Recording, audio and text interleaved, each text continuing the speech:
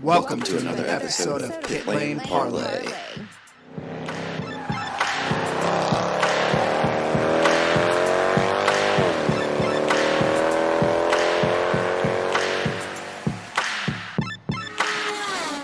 Welcome to another episode of Pit Lane Parlay. My name is host Mike Jokum. Jess and Matt are joining me, and we are here to do a season preview. Instead of a typical season preview, we're going to have some fun with this one. We are each going to pick an answer for a number of different questions to go through here, and then we will turn it over to you guys on social media and put it up as a poll option over the next couple days or weeks or so leading up to the season. So with that being said, this week is brought to you by the coffee that keeps us going all race weekend long. Corsa Brew Coffee is tailored to the motorsports world that captures the essence of speed, power, and adrenaline. Go to their website, which is corsabrew.com, and use promo code PLP20 for 10% off your order. So guys, we're going to start with the season champion. Who is going to be the 2020 Astor Cup champion? Well, I'm going to have to keep it the same that I've kept it for the last two seasons now. And I'm going to say that it's going to be Alexander Rossi. I felt like last year was his year and he kind of got robbed. So I definitely think this year is his year. Can't argue with that. I can't argue or ever go against Scott Dixon. Scott Dixon obviously knows what he's doing, and I like some of the offseason changes they've made behind the scenes, plus adding a third car with Marcus Ericsson to be another way to gather some data during sessions and whatnot. I really like the direction Ganassi took in the offseason. Plus, Rosenqvist should be elevating his game, which in turn should have Dixon elevate his game. So I'm really looking forward to see what Scott Dixon can do this year. Good answers. I hope you both enjoy being wrong, because the 2020 season champion is going to be Will Power. Nope. You just jinxed it. I know. I'm sorry, Will, in advance that I probably jinxed your 2020 season, but I'm going to go with Will Power. Definitely, as Matt said, I think last week or the week before, one of the most well-rounded drivers over the last number of years now. So my answer will be Will Power. And we will transition right into question number 2, the Rookie of the Year award. This one was tough. I'm going to be completely honest, because I think there are several good candidates. I think I'm going to go ahead and steal the most obvious answer in Oliver Askew, given what he is stepping into at Arrow McLaren Schmidt Peterson. I know it's just preseason, but they've looked pretty solid in testing so far. And given what he has been able to do with his Road to Indy career, I know there's going to be some bumps in the road, and that accompanies just every rookie in this series. But given the resources that they have, and given what I've witnessed with Askew leading up to his joining IndyCar, I have high hopes for him. So I'm going to go ahead and stick with Askew. Solid. I am going to go with Rocket Renus VK, who showed immense improvement in preseason testing as the tests have gone on. So I will go with Ed Carpenter Racing's Renus VK. Well, I am going to have to go with Alex Palou. I think that he is going to come out of the gate strong and show what he's got, and I can't wait to watch it. It's going to be a fun season. Well, now to the most hotly debated question, which will probably change because we don't have all of the entries yet, but the 2020 Indy 500 winner. This is so hard, especially like you said, because we don't know everybody for sure. I'm gonna go crazy here. I'm gonna say that that Fred is gonna win it. I think Fernando Alonso is gonna come out and is just gonna blow everybody away and bring in a heck of an audience if he does it. This is the question we need to save and repeatedly play on Twitter between now and the Indy 500. I feel like we're all just going to be completely wrong. It's not fair to make us pick this early. Well, take that up with the host. what is some sort of bet I can make with both of you? That's something I can do at a racetrack when we're all there, that I can guarantee the Indy 500 winner has an entry that's already been announced. So what has there been 31 entries? There's might be 5 more. I can almost guarantee we have our Indy 500 winners already had a seat filled. Was there a bet that you guys want to make on that?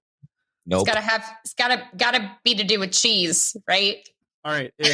If it's one of the 5 remaining people who have yet to be announced, I will eat as much Swiss cheese as you guys want to make me.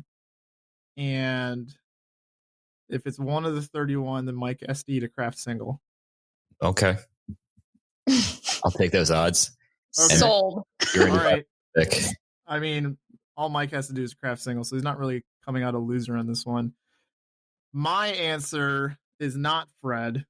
I'm going to go with Jess's championship prediction in Alexander Rossi, just because what I've seen out of him for the first 4 Indy 500s that he's started, he's been flawless. He's yet to put a wheel wrong. He's had a couple of pit stop errors that were no fault of his own in his first one in 2016 and then last year. And he's managed to carve his way back through the field, and he passes like nobody I've ever seen at that track. So it is always hard to bet against Rossi when it comes to Indy. I have a feeling one of these years he's going to have some sort of mechanical or get caught up in someone else's nonsense in a crash. But I'm going to ride that wave until it happens, because I do think that until proven otherwise, he is probably the best Indy 500 driver in the field at the moment. So you definitely just jinxed him. I don't have a track record of jinxing people, though. That's fair. With that being said, I am going to go similar to Jess and go a little bit off the wall with my answer here and go with Felix Rosenqvist. The Rookie of the Year didn't particularly have a great month of May from what I recall. I think he crashed out in turn 2 halfway through the race last year, but I believe that a second month of May teaming with Scott Dixon can only bring good things to the Ganassi sophomore. And our next question, this will be question number 4, is who is going to make the biggest improvement as a driver in 2020? I think, again, I'm kind of taking an easy answer here, and this is solely just based off of the 2019 results that came forward. And, Pato O'Ward didn't really have the best equipment, the best opportunities to succeed. And now, similar to what I was saying with Askew, that Askew now has access to pretty good funding and equipment.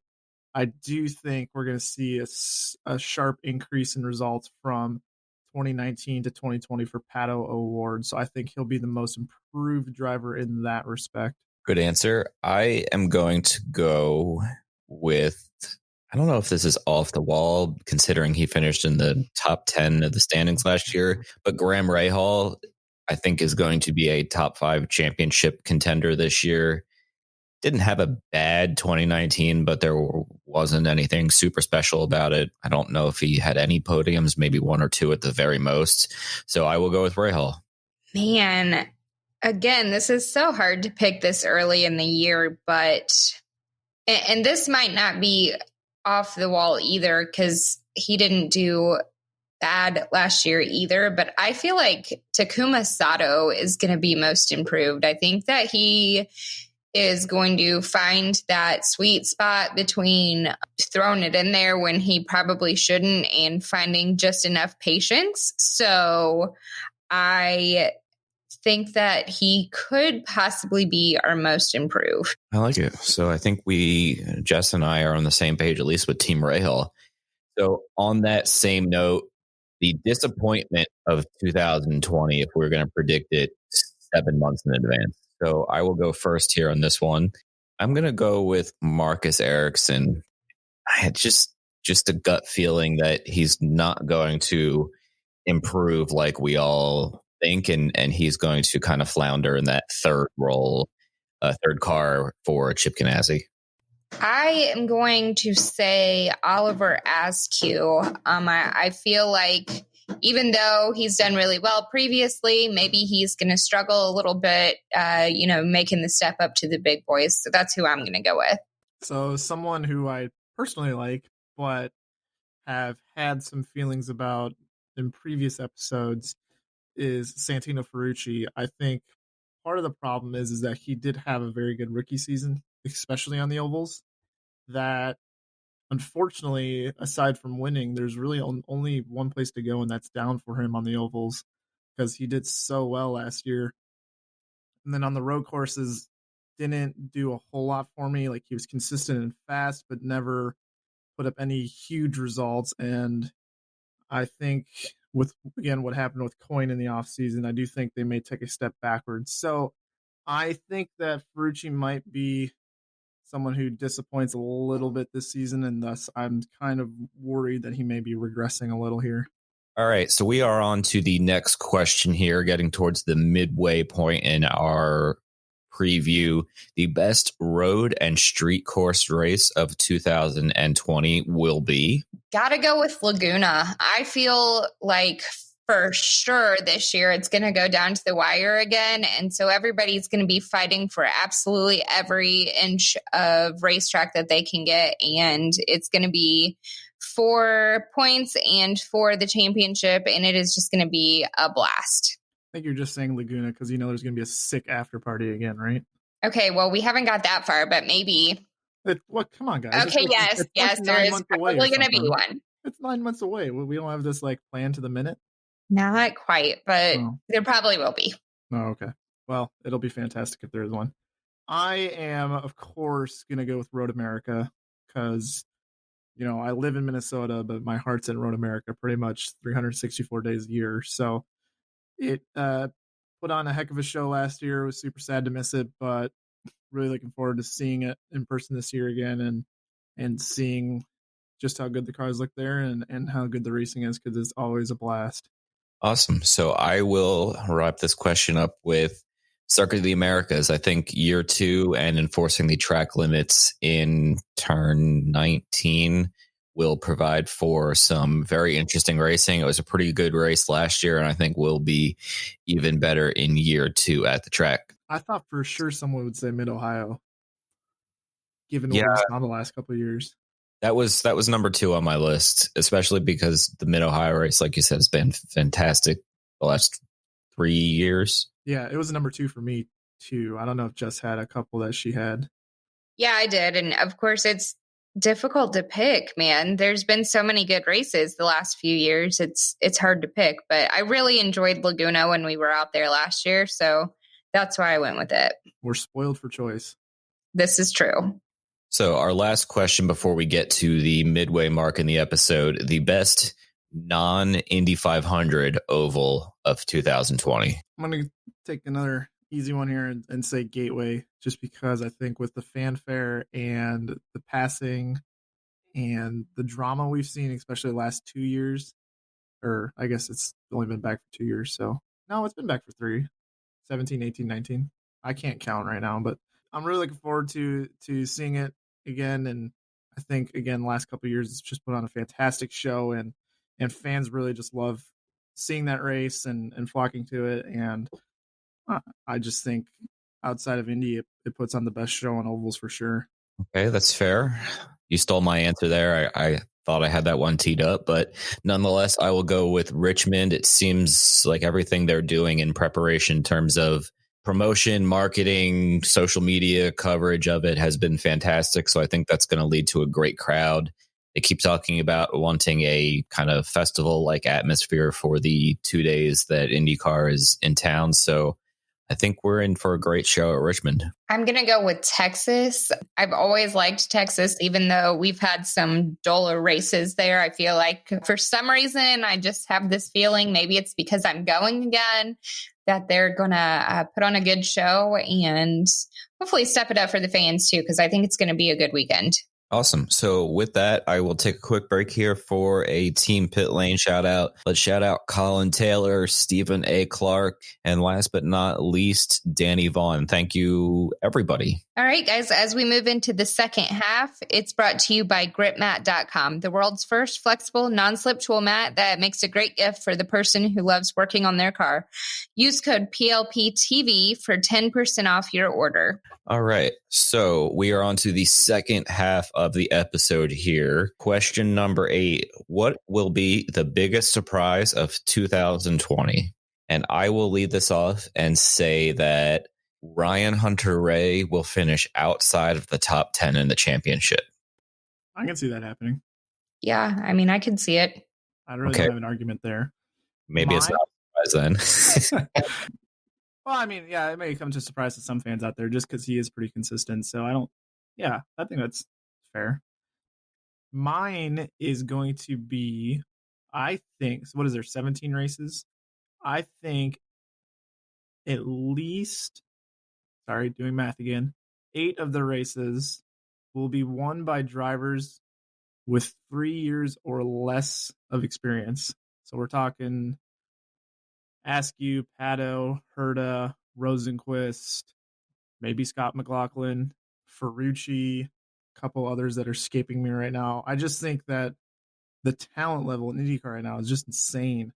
Palu, can't count him out. VK, I just think the talent level right now is just insane, and we have a lot of young guns in the sport that really have come in and put up results immediately. And I'm really excited to see what they can do. And I do think that some of the old guard may need to be on notice because they are definitely showing up every weekend and putting up some quick speeds. I don't know if they'll do quite that well, but I think they'll do pretty well for sure. So it's hard to disagree with you also. Got to say that probably, honestly, the biggest surprise of the season is Penske buying everything. But I won't use that one because that's pretty low hanging fruit.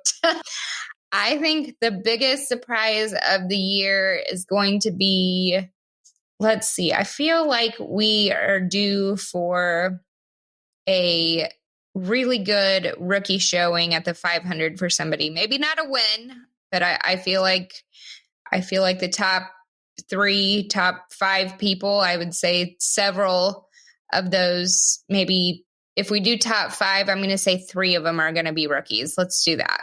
I like it. So we will move on to the next one here. And we've kind of talked about these guys in various other questions, but the highest chance for the dreaded sophomore slump, and your options are Colton Herta, Santino Ferrucci, Felix Rosenquist, and Marcus Ericsson. Can I be lame and say Ferrucci again?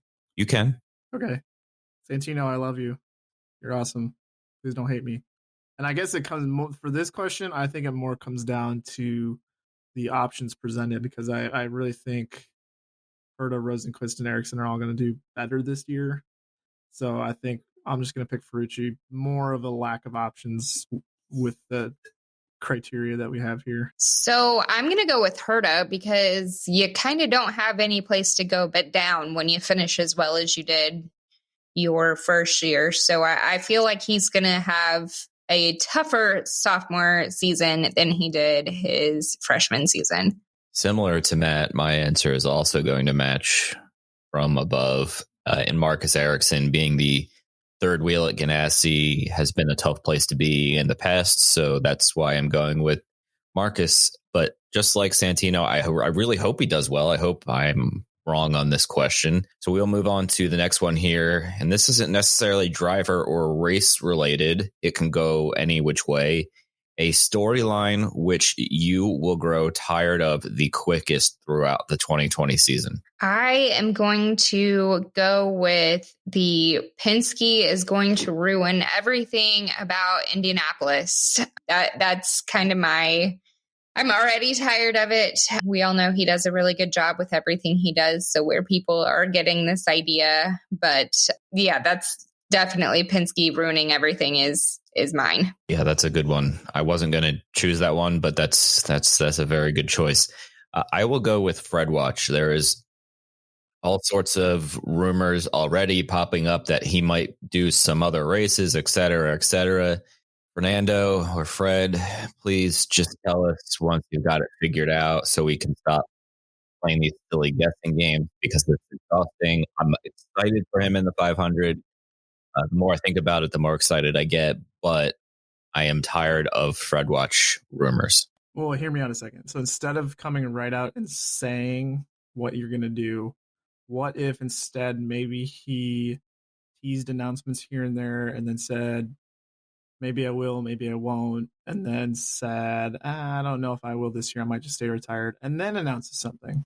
I'm angry at you. Oh, okay. So you're not going to want that because that could be an option he does. Oh, okay. Well, ball's in your court, Fred. I'm going to go with, I don't know if this is similar to Jess's question, but I'm really not looking forward to hashtag save the troughs. And more specifically, I'm really not looking forward to the upper level analysis of the bathrooms we're going to get once May comes around, because I guarantee people are going to be dissecting the bathrooms and saying, when you walk through the door and take 37 paces to your left, the trough will be on your right. Unfortunately, last year was 36 steps away, because I feel like we're going to get some sort of upper level analysis like that I don't really care for and need to know. If there's a place for me to go to the bathroom, that's all I need, really. I'm sure we'll get plenty of those kind of updates once May comes around. That's fair. I can't disagree with you on that one. Actually, I can't disagree with Jess either. So all in all, very good one there. So question 11, back to the drivers. Who will have the most podium finishes in 2020? And I am going to go with my championship winner in Willpower. I'm going to switch it up a little bit and not go with Scott Dixon, just because I think the reason Dixon will win the championship is because he will get more race wins than his competitors. However, given consistency and upper level strategy calls, I'm going to go with Joseph Newgarden. I think Newgarden always has the ability to finish very high in the order. Sometimes, especially last year, it seems like he was in the shot for a win and then maybe backed off a little bit. And we could see that next year if he's trying to play the long game instead of maybe trying for the win, just taking second or third. So I think given what Tim Cindric's able to do behind the wall, I think Newgarden's going to finish very well this year. I just don't know if it'll be enough for a championship again. You actually took mine there, so really appreciate that. That's okay. I will go with Rossi then, because obviously he's very consistent. He's good at what he does, and I think he definitely has the potential to be up there in every race. I don't think there's any one particular one that he really struggles with. So I'm going to say Rossi. All right. I like it. Which team is most likely to have a fall off from their 2019 results? Okay, so I'm going to rant real quick, and this is actually in regards to one of your guys' answers early on, so please don't hate me. But both of you said that Graham Rahal and or Takuma Sato would have big improvements this year. I think Rahal Letterman's actually about to regress. And the only reason I say that is because you look at the field right now. I know it's just testing, and I'm not one to believe too much in testing. However, if Carlin finishes at the top of the order 2 days in a row at Sebring, I don't think that's a fluke. I think we do have to put a little bit of weight in that. I think Penske's going to be strong, as always. I think Ganassi's going to be strong, as always. I think Andretti Autosport's going to be kind of a mixed bag of some good, some bad. If Carlin really does step up their game, that's going to put them maybe in midfield. Who knows? Ed Carpenter has a strong lineup this year. Coins, iffy, hit or miss maybe. Errol McLaren, good. So I think given what we've seen with the field right now, I just haven't seen enough out of Rahal last year specifically. I think they had maybe 2 or 3 pretty good races. Barbara sticks out to me. But I just think that they're kind of set up to regress a little bit, just given what's happening throughout the rest of the field. And maybe they just haven't made as many progressions as I would have liked to see this offseason. So I'm a little worried about them, and I think they will actually fall off from form compared to last year. I just want to make sure that I understood you correctly when you said that you don't believe too much about what happens in testing. Yes, but Carlin did look pretty good. I don't know. It's hard because, if it's 2 days in a row at Sebring in which dang near the whole field. Everybody did about 70 laps at minimum. It's really hard not to go, maybe. Now, will that translate into success at like St. Pete? Probably not, but I guarantee they'll probably be a little faster than they were last year based on what we're seeing now. I can't believe I'm hearing something from you about like testing might actually sort of kind of matter, because for those of you who don't know, he literally preaches about how testing doesn't mean anything ever. It's true, but I don't think they're going to be quite as slow as last year. I think that's my kind of interpretation from today. And given what they did kind of starting at Toronto last year, I think they put some good results kind of together, at least in pace on track. All right. But you're right. No, you're right. They could, I maybe should just stick my guns and say they're going to suck. Nope. I'm going to let you have your point because I think it's a fair point. But my pick to have a fall off is probably going to be a little bit of a shocker to you guys, because I'm going to say Team Penske is going to have a little bit of a fall off. I'm not going to say it's going to be anything crazy. I'm not going to say they're not going to win races or anything like that. I don't believe that. But I think comparatively, last year to this year, there will be a little bit of a fall off. I'm basing that on all the different changes that are going on within that organization right now due to Penske buying everything. And there's just a lot going on for them. So I feel like maybe some people might be stretched a little thinner than they would have previously been. So again, don't get me wrong. They're still going to win races. They're still going to do really well. I just don't think compared to last year, it's going to be quite the same. Do you have a prediction as to which driver is going to fall off the most? Yeah, I hate to say this for host Mike, but I think it's going to be Willpower. I knew that was coming. Yeah, so did I, unfortunately. So I will wrap this question up with my answer. And unlike Matt, I am going to pick Carlin. I feel like we need the Allen Iverson practice YouTube clip right now from many years ago. But there's just a lot that seems slightly unsettled there still. So unfortunately, I'm going to go the opposite of Matt here and say that, yes, testing does have its importance, but I don't think it's going to translate to the 2020 season for Carlin Racing. Can you answer one question for me? Okay. What form from 2019 are they exactly falling off from? Well, you can always be worse if you're AJ Foyt Enterprises, so there is a floor that they have not yet hit. So basically, they're going to go down 2 positions on the grid? Yes. Okay, just thought we cleared that up. Yeah, it can always be much worse. I feel like there's a Marco punchline in there that we're missing. No, not in this case. We're going to no. So nice. 2 questions left here. A little more fun on these last 2 questions. Who will compete in the most IndyCar races this year? There's a handful of options: Fred, Scott McLaughlin, Spencer Pigot, or Sage Karam. Well, since I picked Fred to win the 500, I'm going to pick Fred to do more races. I feel like maybe he's going to win the 500 and then maybe he'll do a few races after that. I am going to go with Sage Karam, considering he has 3 or 4 definitely confirmed already. And if they can get solid results at a handful, you might see a sponsor step up for an additional race or 2. Oh, thank God. I thought mine was going to be here. I'm going to go with Scott McLaughlin. Given the last correspondence we heard, the rumor is that they being Team Penske may enter him for up to 8 races this year. I know there's a lot of time between rumor and fact, and that can get botched anywhere in between. But if they're speaking that highly of him already, I do think there is a potential for at least maybe 4 or 5. I don't think that's out of the realm of possibility. I know 8's kind of a stretch, but who knows? I think if he does well, or continues to do well in testing, I don't know if he's got a whole lot of time left on track or just knocks it out of the park at the Grand Prix. Who knows? It may lead to more opportunities.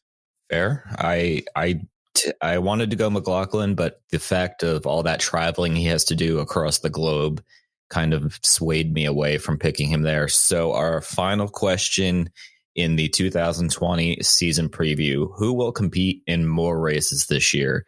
Dragon Speed Racing, Brian Reinbold, Juncos, or the Robbie Buell / Robert Citrone entry?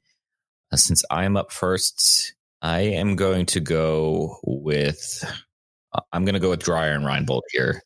I think that they'll get a minimum of 4, maybe 2 more pop up, so they get to 6. And I don't think we'll see Juncos for more than the last 2 for more than the 500. But who knows? I'm gonna go with Dragon Speed. Anybody else see them on track today? Anybody? They were at Sebring with an aero screen on their car. Jess, did you see that? Oh, okay, they were there. I think they're last, but they were there. I think I'm gonna go with them. I am pulling for them to make those 6 to 10 races that they're claiming they will do. I do believe they'll be on the grid at St. Petersburg, fingers crossed. And I'm interested to see if this whole James Allen thing pans out. And who knows if he brings mystery funding to that car and helps maybe get it an extra couple races. But I do have high hopes for Dragon Speed, so please do not let me down. Oh, man. So that leaves me with either Juncos or Robbie Buell Citroen. And I'm going to have to say Robbie Buell Citroen because last that I heard from Juncos was they were looking for funding. They had the car, but looking for funding. And it's not looking very promising there. And at least Robbie Buell Citroen has one race planned. So that's where I'm going to go there. And also, just real quick, can I change my answer for surprise of the year? Oh, whoa. Hang on. Do I get to go change some of my answers now? No. Your answer is locked in. It is final. My second answer would be more surprising than the answer I went with. Okay, I'm curious to hear it, but it will not count on the official Twitter poll record. Okay, that's fine. I'm going to change I can't change it, but I'm going to say that my actual biggest surprise of the year is that Marco's going to do better on ovals than he did last year. Okay. I mean, I'm not saying he's going to win one, but I'm saying he's going to do, but he's not going to finish last at every single one either.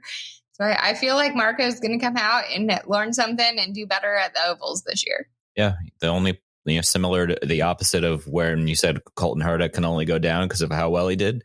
Marco can only get better. Yeah, exactly.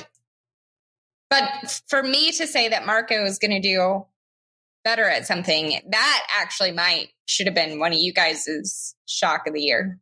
You feeling okay? No. I am stunned, but if Marco does well, I will be very happy for him. And maybe, I didn't say well. I said better than last year. That's fair. Well, wait, what one word would you describe his last year with? Is train wreck one word or is that 2? We'll say that's 1. So what's like 3 levels above train wreck? Car accident? I don't know. Which means well is like 30 levels above that. If that's how slow we're going between train wreck and car accident, that means well's got to be way up there. I'm just trying to get the verbiage down so we don't get this, so Mike doesn't get mixed up next time, maybe. Yeah. I don't know what 3 levels above train wreck would be. We need to make a chart so we know where everything is at. Is there a Wikipedia for this? Possibly. Well, ladies and gentlemen, on that note, I have nothing left to add. Guys, anything left? We will be back next week to talk everything St. Pete before we can finally say the season is ready. Oh, Matt has something. No, I'm celebrating. I'm just happy that race week's upon us. Race week is nearly upon us. By the time you are listening, it'll be 7 days to go or less until the season finally begins. So with that being said, Jess, go ahead and sign us off. And guys, keep your single lug nut tight.